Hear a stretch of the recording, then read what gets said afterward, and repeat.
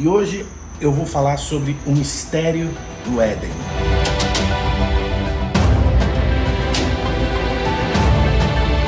Bem, antes de eu começar a falar sobre esse maravilhoso tema, eu quero convidar você que ainda não se inscreveu no meu canal a se inscrever, clicar no sininho de notificação para que você possa receber os avisos do YouTube quando eu subo um vídeo novo. E eu estava aqui na minha maquete do templo, preparando uma pecinha para encaixar aqui, para que eu possa colar esse prédio e ser capaz de remover esse prédio, para que eu possa mostrar essas áreas aqui quando eu estiver, obviamente, fazendo os vídeos do templo de Jerusalém.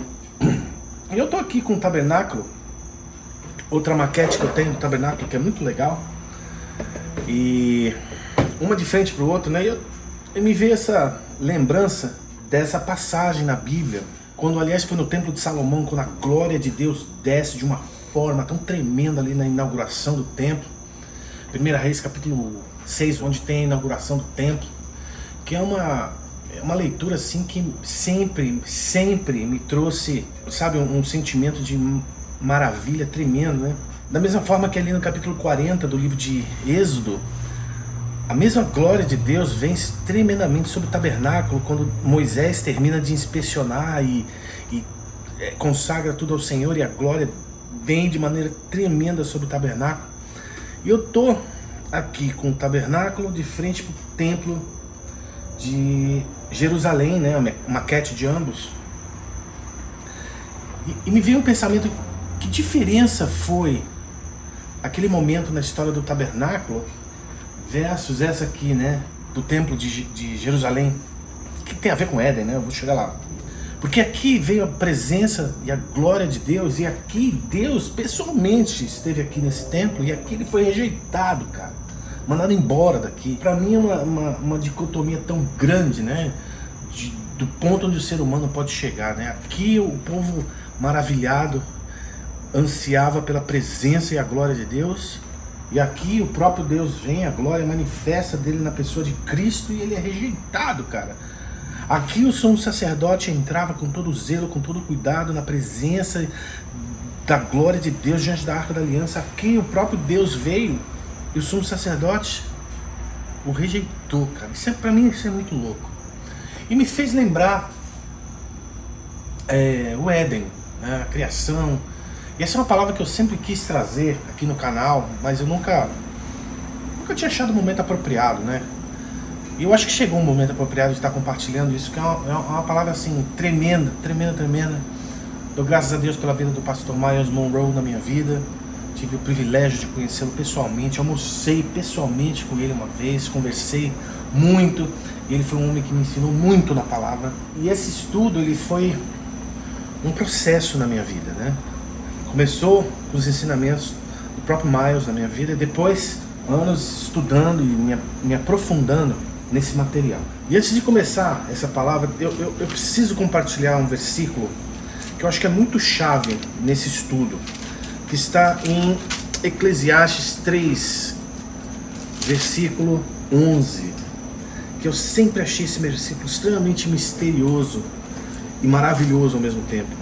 Diz o seguinte: tudo fez formoso em seu tempo, também pôs a eternidade no coração dos homens, contudo não podem descobrir a obra que Deus fez desde o princípio até o fim. Olha que versículo misterioso, né, que a gente lê na Bíblia. Mas eu entendi o mistério por trás desse versículo, é o que eu vou compartilhar com você hoje. Quando a gente lê a história da criação, você percebe, Deus ele foi meticuloso, né? Eu já li esse trecho assim inúmeras vezes, eu perdi a conta de quantas vezes eu li. Mas Deus ele é meticuloso na forma como ele faz e como ele cria. E uma coisa que é interessante você perceber é que sempre quando Deus está fazendo a criação, quando ele está ali no ato de criar, segundo a descrição de Gênesis, ele cria sempre um meio ambiente para depois então colocar dentro desse meio ambiente aquilo que ele cria. E tudo que ele cria, ele mesmo diz o propósito pelo qual aquilo foi criado.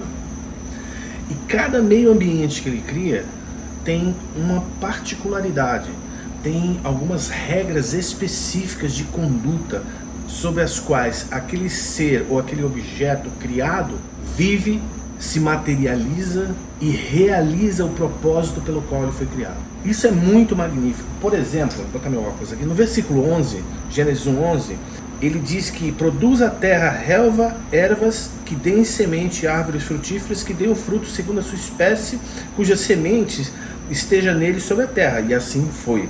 Só que antes disso acontecer, Deus separou a parte seca da parte molhada. Só depois que ele fez a separação, ele disse, produza a terra. E o propósito da produção na terra era se replicar segundo a sua própria espécie, segundo o seu fruto, que tinha dentro dele uma semente. Ou seja, ele criou um princípio de repetição eterno. Era até hoje. Até hoje. Qualquer fruta. Pensa aí numa fruta aí. Você vai comer essa fruta, tem lá uma semente. Aqui, ó. Foi Deus que fez. Aí você vai no versículo 14 e fala lá: haja lumiares no firmamento do céu para fazerem separação entre dia e noite. Antes dele fazer os lumiares, ele teve que criar os firmamentos, cara. Quando ele criou o firmamento, no momento que ele achou adequado, ele botou esses lumiares no céu com um objetivo: separar o dia da noite. Ponto. Inclusive eu estou aqui agora à noite na minha garagem, abri a porta aqui justamente para sentir a brisa agradável dessa noite. Estou escutando os grilos lá fora cantando e estou vendo algumas estrelinhas no céu. Tá lá, cara, Deus fez. Aí você chega no versículo 20 e você lê que Deus deu a ordem: produzam as águas enxames de seres viventes e voem as aves acima da terra, do firmamento do céu. Ou seja, Deus criou as aves, Deus criou os peixes, cada um no seu meio ambiente. E dentro desse meio ambiente de cada um deles, o seu propósito, o propósito do peixe era nadar, o propósito do peixe era criar uma cadeia alimentícia, o propósito do peixe mais tarde seria para prover nutrientes para o próprio homem. Assim como as aves no céu voavam, né? E nota que um princípio absolutamente intrínseco a essa criação é: se você tira a semente da terra, ela morre.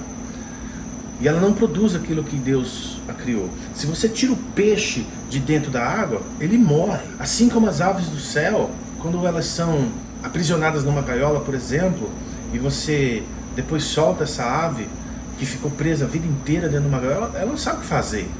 Ela acaba morrendo por força das circunstâncias, não sabe se alimentar, não sabe fazer absolutamente nada, porque ela dependia de quem? De quem fosse lá colocar a comida. Mas Deus criou um propósito para ela voar, para ela povoar o céu.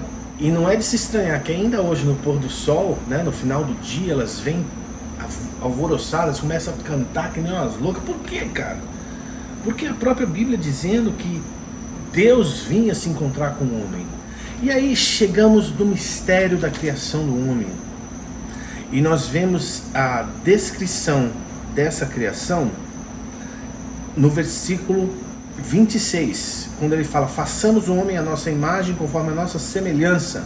E aí ele repete essa criação do homem no capítulo 2, como se fosse uma repetição do que aconteceu no primeiro capítulo, mas ele maximiza e dá mais detalhes dessa criação do homem, né? E aqui tem uma coisa muito interessante. Nota que Deus não deu a nenhum dos seus seres criados, ou os elementos criados, a possibilidade deles escolherem aonde eles viveriam, qual o meio ambiente no qual eles viveriam. O peixe tem que viver na água. O pássaro tem que viver voando. O firmamento vai conter as estrelas. Qualquer alteração disso, cara, dá desastre. Dá o quê? Morte. As estrelas morrem porque elas se extinguem, certo? Não quer dizer que os cientistas de plantão vão falar que eu estou falando besteira, né? Mas é a própria ciência que fala que as estrelas morrem. Os animais, os peixes, quando removidos da água, morrem. E por aí em diante. Quando a gente chega no capítulo 2, versículo 7, nota que a formação é o seguinte: formou o Senhor Deus o homem do pó da terra e soprou-lhe nas narinas o fôlego da vida, e o homem tornou-se alma vivente. Até aí nenhuma dúvida. Aí ele fala no versículo 8, olha só.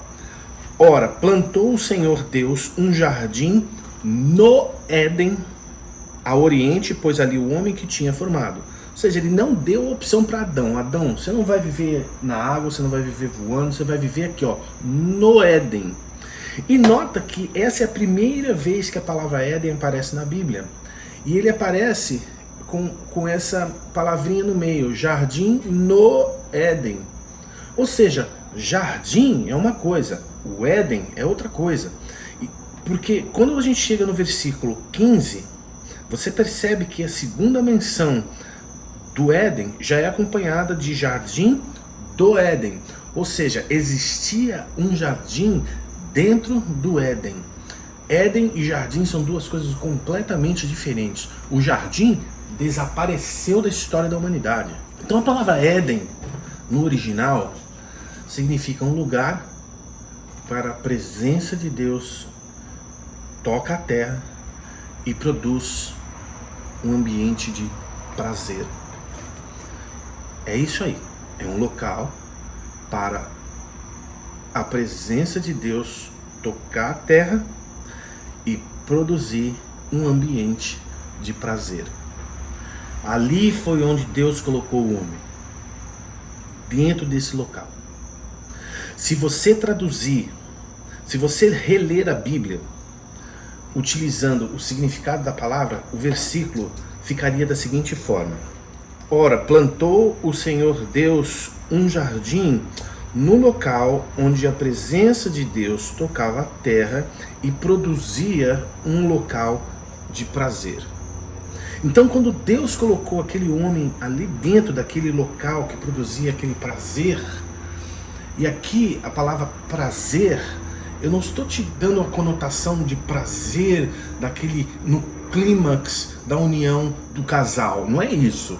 O prazer é aquele extremo sentimento de gozo interno, de exuberância, de alegria, de extrema alegria, vamos assim dizer. E Deus colocou o homem ali. E diz a Bíblia, aqui no capítulo 3, que Deus vinha toda tarde, no final do dia, naquele local, no Éden.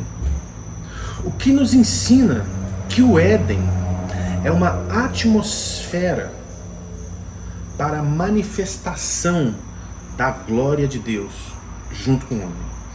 Presença de Deus não é glória de Deus. O Éden é uma atmosfera. Quando Deus criou o homem, Deus colocou o homem dentro dessa atmosfera. É por isso que ele falou: o dia que você me desobedecer, ou seja, o dia que você quebrar o princípio dessa atmosfera, e nessa atmosfera, o princípio dentro dessa atmosfera era obediência. Da mesma forma que existia um princípio na atmosfera dos peixes, que era viva dentro da água.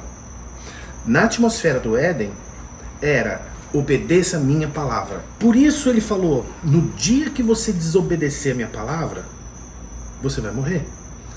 E o que ele quis dizer? No dia que você comer do fruto dessa árvore aqui, ó, não come desse fruto aqui. Come de todo o resto que você vê, cara. Essa aqui você não come. Então, quando eles quebraram o princípio de obediência dentro dessa atmosfera, eles foram removidos dessa atmosfera. E o porquê que eles foram removidos dessa atmosfera? Porque se eles ficassem dentro dessa atmosfera, com aquele princípio quebrado, e eles comessem do fruto da árvore da vida, eles permaneceriam para sempre naquela condição, sem a possibilidade de um retorno, sem a possibilidade de ter a condição de pureza restabelecida com Deus. Então, Deus, num gesto muito mais de amor do que de juízo, removeu o homem do Éden. E o tabernáculo é uma figura perfeita para a gente entender isso. Porque existia uma porta. E, aliás, era a porta do Oriente. Ou seja, a entrada do Éden era a mesma, no ponto de vista de direção, né? Na Rosa dos Ventos, que é de norte, sul, leste, oeste, era a mesma direção, porque o norte estava aqui, norte, sul, leste, oeste. Então a entrada era pelo leste, da mesma forma que a saída do Éden foi pelo leste. Então quando a gente vê o Éden, o tabernáculo e o templo, a direção da entrada rumo ao Santo dos Santos é exatamente a mesma, ou seja, pelo leste em direção ao oeste. Nasce o sol, se põe o sol. Quando esse homem sai daqui, ele sai com um buraco dentro de si. Lembra que eu comecei o vídeo falando sobre aquele versículo que Deus colocou dentro do homem a eternidade e ele não descobre por quê? Propositalmente Deus fez isso, porque Deus sabia o que ia acontecer no Éden. Deus sabia que eles sairiam, e Deus colocou dentro do homem previamente uma antena. É quase como se fosse uma antena para o eterno. Por isso que em todos os lugares do planeta onde você vai, o homem está em busca de Deus. Seja do jeito que for, seja através de qualquer religião, seja através de qualquer expressão da sua alma, ele está sempre em busca de algo eterno, de algo que está fora desse plano. E aí você fala, então quer dizer que Deus está dentro de todas as pessoas na medida em que todas as pessoas foram criadas à sua imagem e semelhança, mas toda a humanidade está fora do Éden por princípio. E o interessante disso é que quando Deus removeu o homem do Éden, Deus não removeu do homem aquele sentimento de busca pelo eterno, aquele sentimento de conhecer algo maior, aquele desejo que o homem tinha de sentir prazer virou um buraco vazio. E quando ele saiu para cá, ele buscou de todo jeito preencher aquele buraco. É por isso que se diz que existe um buraco dentro do homem que tamanho de Deus. É óbvio. Por quê? Porque foi Deus que colocou no homem o sentido da eternidade. E ele não consegue enxergar isso. E o porquê ele não consegue enxergar, ele tateia, o homem tateia pelo mundo maneiras de ele conseguir experimentar o que está nele, espiritualmente falando. E aí vem o diabo, o enganador desse mundo, e oferece um monte de coisa. Oferece drogas, oferece bebida, oferece sexo sem parar, oferece ganha dinheiro, oferece todas as coisas para que esse homem tente cada vez mais buscar nessas coisas saciar a sua alma. Por isso que as pessoas que se drogam, elas querem sempre se drogar com algo mais forte, algo mais poderoso. Por quê? Porque ele precisa saciar aquele desejo de ter prazer. Da mesma coisa o alcoolismo. É uma necessidade dele se anestesiar do mundo que está à sua volta, e dentro daquela anestesia, né, daquela loucura da bebida, tentar encontrar aquele sentimento que existia no Éden. Mesma coisa no sexo, a pessoa quer transar, por quê? Porque aquele clímax, aquele ápice, de uma certa forma transporta e traz aquele sentimento que um dia existia no Éden. Mas o homem não pode, diz a Bíblia no próprio versículo de Eclesiastes, olha isso aqui, vou ler de novo. Deus pôs eternidade no coração do homem, contudo não podem descobrir a obra que Deus fez desde o princípio até o fim. Eles não podem descobrir. Sabe por que a gente não pode descobrir? É porque Deus se deu o direito dele se revelar ao homem do jeito dele. Então não somos nós que descobrimos Deus. É Deus quem se revela. E Deus faz isso de uma maneira magnífica. No próprio livro de Gênesis, no capítulo 3, antes desse homem sair do Éden, a Bíblia mesmo diz que um animal foi imolado e Deus deu ao homem uma roupa para que esse homem se cobrisse na sua nudez. Isso significa que Deus fez um sacrifício de substituição de morte. Ao invés daquele homem e daquela mulher morrerem, porque foi o que Deus havia dito, eles foram substituídos na morte por um animal. Deus pegou aquele animal, pegou a pele daquele animal e ofertou para o homem: olha, isso aqui você deve vestir, porque toda vez que você quiser voltar na minha presença, você tem que trazer um sacrifício de substituição, em lembrança ao que eu fiz por você. Então, Deus oferece a roupa a Adão e Eva, e Adão e Eva recebem aquela roupa, e aquela roupa cobre a nudez. Isso é uma figura do que Jesus faria anos depois, onde Jesus é o sacrifício que substitui a nossa morte. E o receber a oferta de Deus em Jesus significa nos vestirmos e cobrir a nossa vergonha, o nosso pecado. Então, o segredo do Éden é que hoje, porque nós temos o acesso à presença de Deus, nós podemos estabelecer o Éden. O Éden não acabou em Gênesis.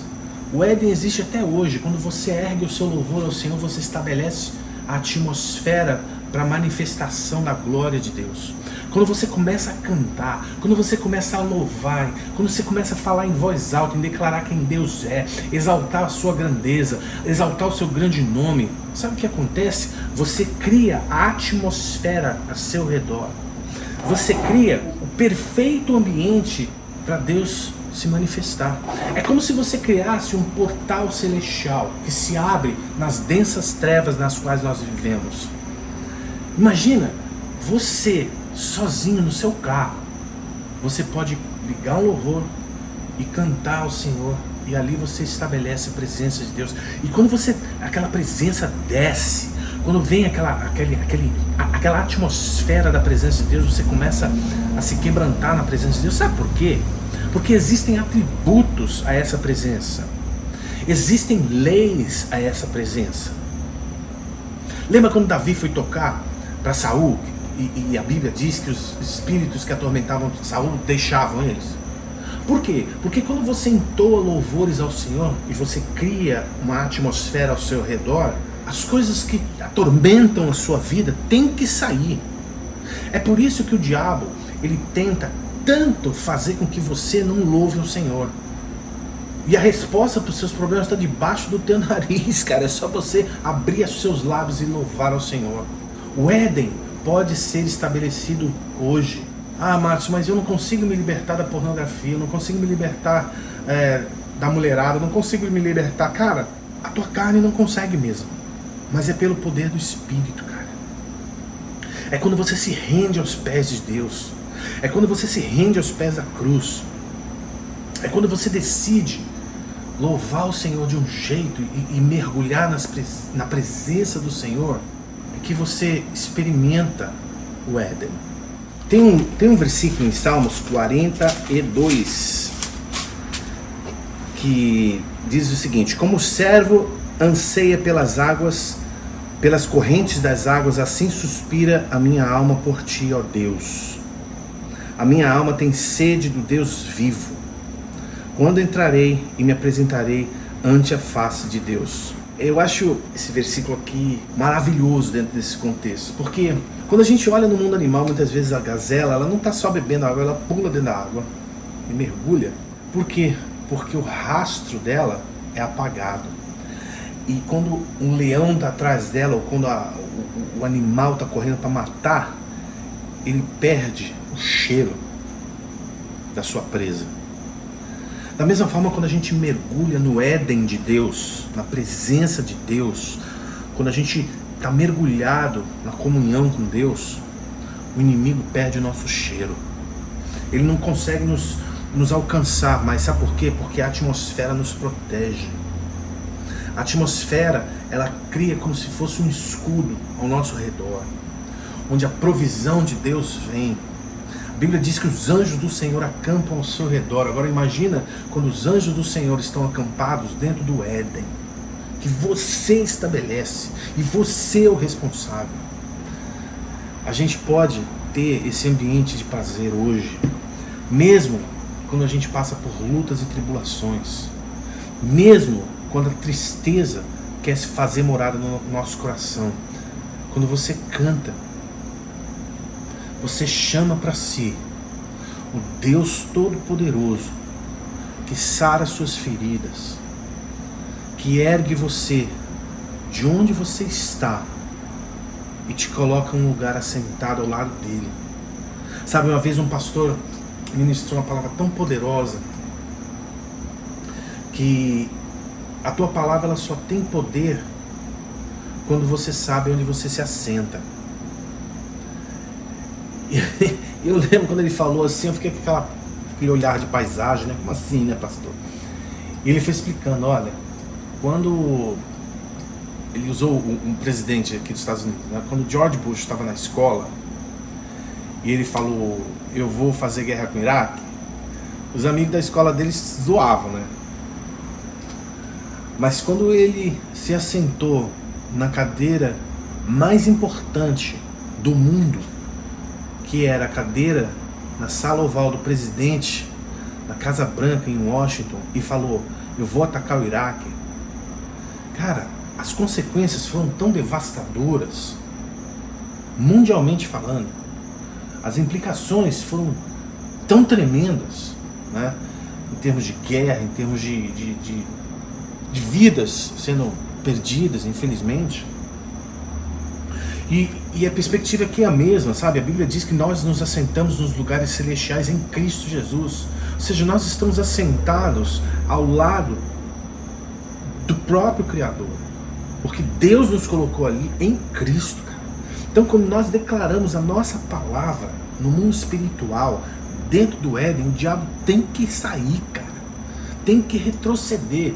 Essa revelação do Éden, ela é muito mais do que mostrar uma alegoria.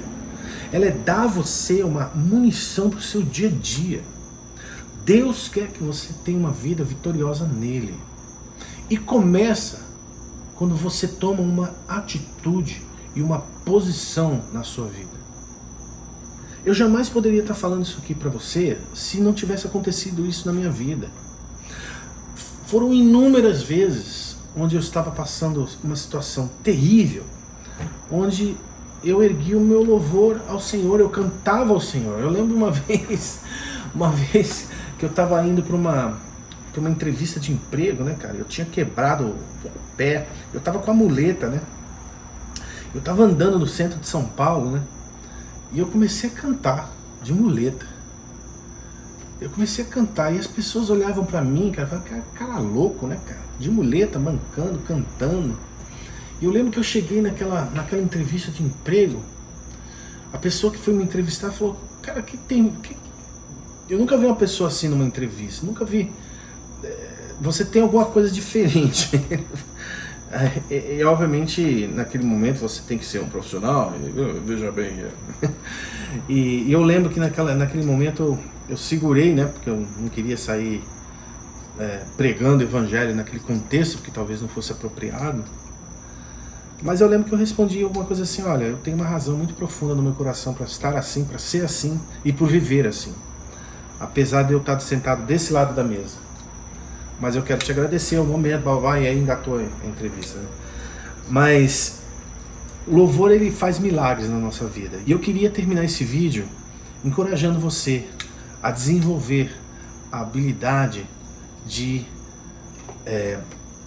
abrir esse portal espiritual sobre a sua vida quando você entoa louvores ao Senhor. E parece uma coisa meio mística, né? Abrir o portal espiritual. Não, cara, não é místico não tem nada a ver. O misticismo roubou isso da gente. Nós temos uma comunicação direta com o Pai. E quando a gente exalta o nome do Senhor, sim, isso rompe o mundo espiritual. Isso rompe as barreiras que te prendem. O louvor, ele quebra as muralhas que o diabo cria. E você tem autoridade no nome de Jesus, porque você se assenta nas regiões celestiais em Cristo, em declarar que o local onde você está é do Senhor, é território do Senhor. Sabe aquele trabalho onde as pessoas te azucrinam? Sabe aquele trabalho onde as pessoas são opressas?